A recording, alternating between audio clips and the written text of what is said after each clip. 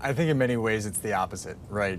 We now have another tariff deadline of August 1st, and the president insists that this tariff deadline won't move. But we've seen already two tariff deadlines move, and there's certainly a possibility that this new deadline can move as well. The big takeaway is that countries that are in tough negotiations, particularly larger trading partners like Korea and Japan, that were reaching real difficulty in their discussions as they reach the complex issues like agricultural imports and auto tariffs, have been given a lifeline of 3 weeks to further negotiate with the U.S. government and try and find a solution before that August deadline.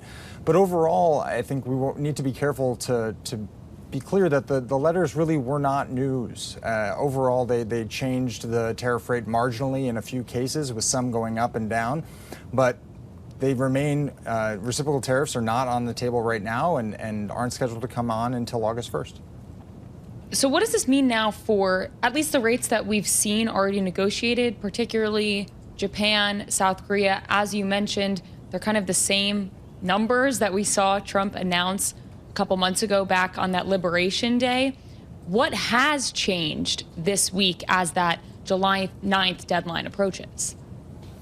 So honestly, we can't speak to why we had these marginal changes in the reciprocal tariff rates, the differences between April 2nd and these letters. But we can say that we know that there are lots of detailed ongoing trade discussions between these countries and the administration, at least countries like Korea and Japan, and to some extent Indonesia and Thailand. It is worth noting that in addition to those major trading partners, we also saw letters go out to tiny trading partners like Bosnia and Serbia, which have a trade deficit under $1 billion with the United States. So it's unclear why they were grouped in the way they were or what comes next in terms of the additional letters.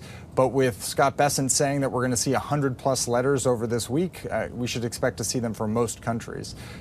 Mexico, Canada, and China are the three most important, I think it's fair to say. They're certainly the three largest trading partners with the United States.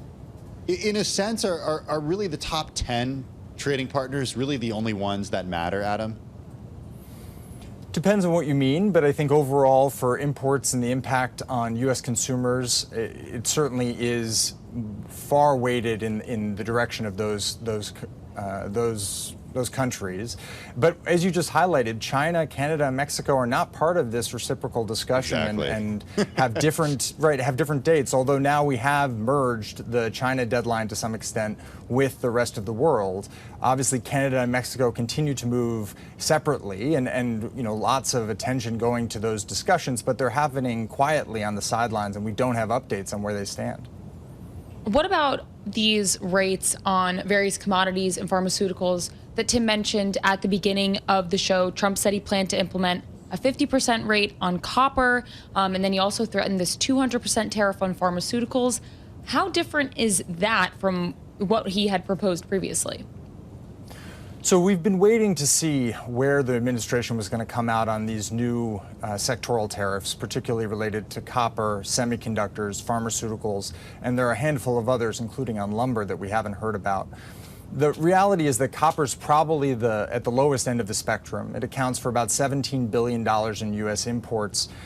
At the same time, that demand is probably relatively inelastic. Companies and producers in the United States that rely on copper are still going to need copper, and so they're likely to just see a big increase in their costs if and when this goes into effect. I would highlight that the president didn't give a date as to when this would go into effect. On the pharmaceutical side, obviously, that's a much bigger deal. We're talking about over $200 billion in U.S. imports, and obviously a key item for U.S. consumers and the general economy.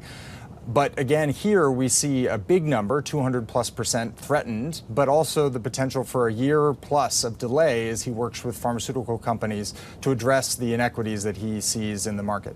The president has often spoken of countries themselves paying for these tariffs. What's the view that you have? Who pays for these tariffs?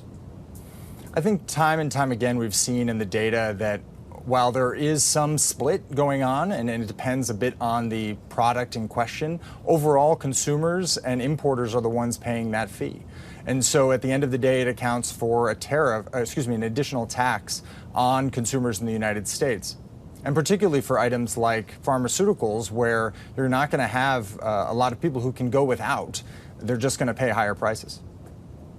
Adam, what do investors, people who watch markets and headlines, need to be keeping in mind right now when it comes to just how much more change are we going to see in these tariff rates that have already been set from now to potentially August? Should investors be basically preparing for many, many more headlines of deals still being negotiated and these rates changing?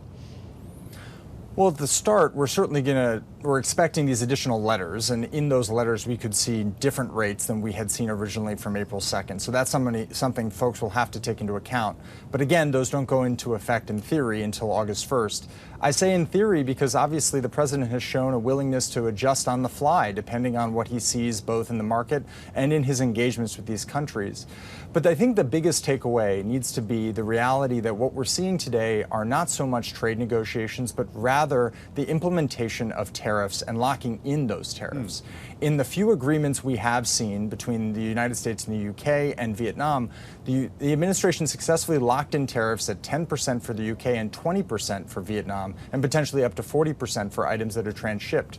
So what we're seeing here, again, are not traditional trade negotiations, but rather a discussion of how tariffs will be implemented and how high that wall will be. Perhaps, though, Adam, if somebody from the Trump administration were here, they might say, this is a negotiating tactic, or this could be a negotiating tactic. We could at any moment pull those tariffs that you speak of if we get what we want to see. What do you make of that?